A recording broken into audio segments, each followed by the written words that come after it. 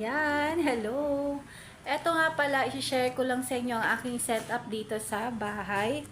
Ayan, eto pala yung aking bodega kung saan ako nagbi-video at gumagawa ng aking content. So, i-tour ko kayo.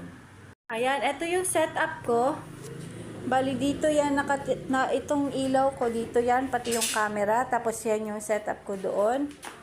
Tapos, ito yung stainless table ko, na dito ako nagmamasa ng mga tinapay ko. Customized table yan. Tapos, ito naman yung dito ako nagluluto. Ayan yung mini oven ko mga sis. Tapos, kung mapapansin nyo, bakit may mga ganito? Kasi habang nagbi-video ako mga sis, or may ginagawa ako, nag-affiliate live ako dito mga sis. Minsan sisilip ako para sa affiliate live ko. Naka-live yan dyan.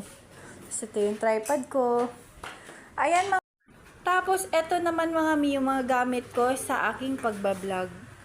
Ayan, yung iba dyan hindi pa naka-ayos kasi kakatapos ko lang mag-vlog mga mi. Kakatapos ko lang mag-video. Ito yung mga baking pans ko.